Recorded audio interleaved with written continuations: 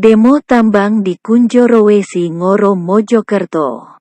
Aksi ratusan massa yang menamakan diri Aliansi Masyarakat Desa Kunjorowesi, Kecamatan Ngoro, Kabupaten Mojokerto menggelar aksi demo di depan kantor PT Senopati Indo Perkasa, Sabtu, tanggal 9 April tahun 2022.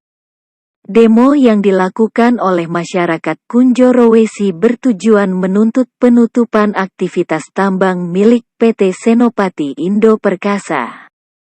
Masyarakat menilai aktivitas pertambangan yang dilakukan oleh PT Senopati berdampak terhadap kerusakan lingkungan, baik jalan maupun polusi udara.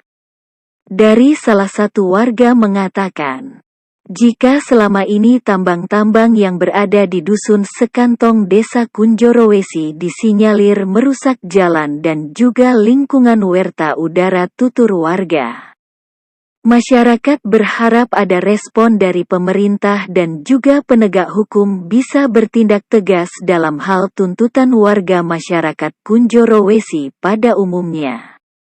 Di tengah-tengah aksi demo warga, terlihat pihak kepolisian dari jajaran Polsek Ngoro dan Polres Mojokerto bersama perangkat desa setempat.